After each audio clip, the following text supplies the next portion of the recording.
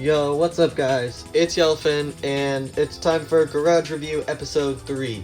So before I start this video, thank you guys for the support on the last video. They got like 170 views now in less than a day, I think. Or no, less than 2 days, which is pretty crazy considering how many views that is, like, on average compared to like other videos on my channel. So that's pretty cool. Thank you guys for that.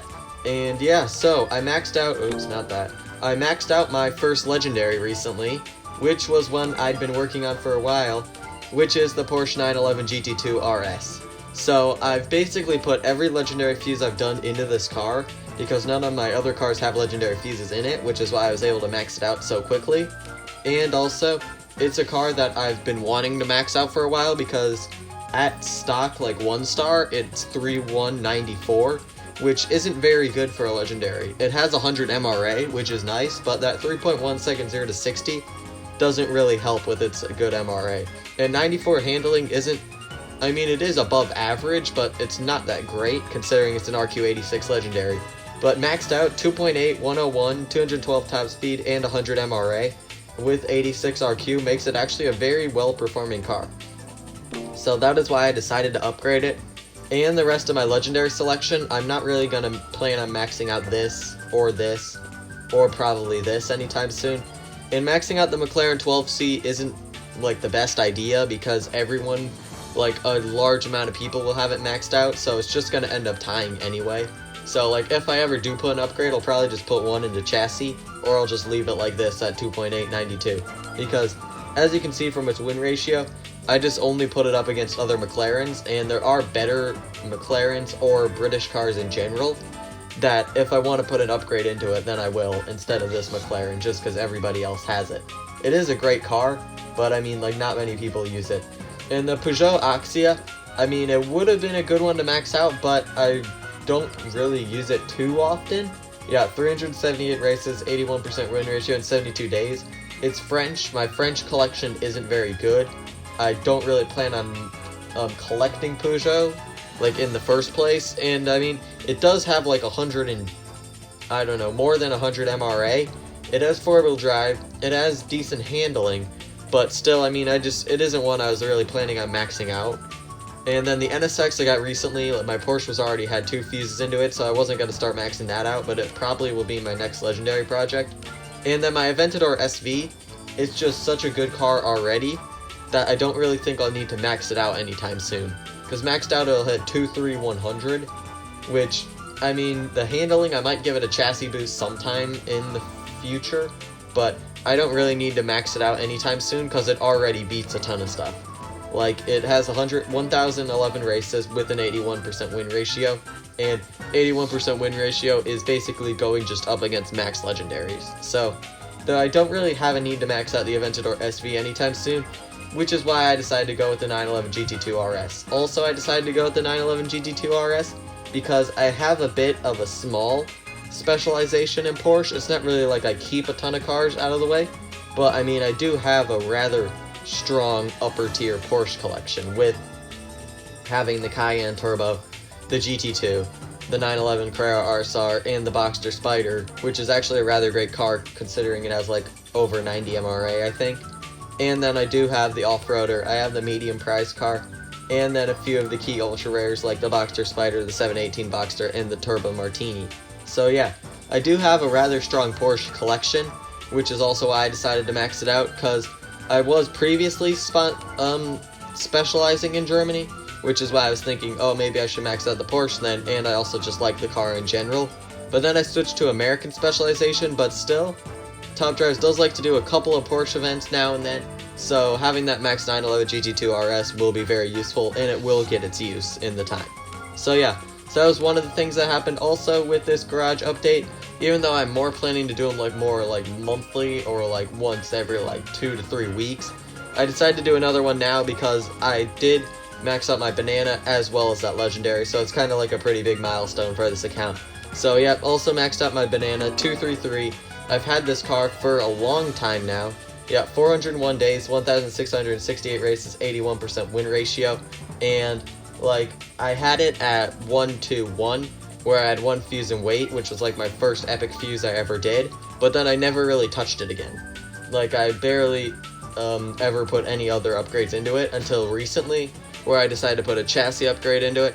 Then I put a second chassis upgrade into it, and then it was 2-starred, and then I just decided to finish it.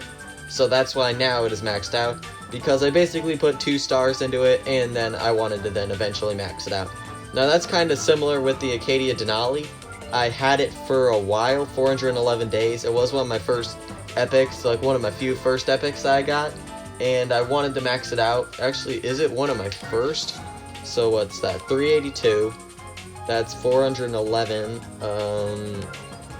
What about this? 403.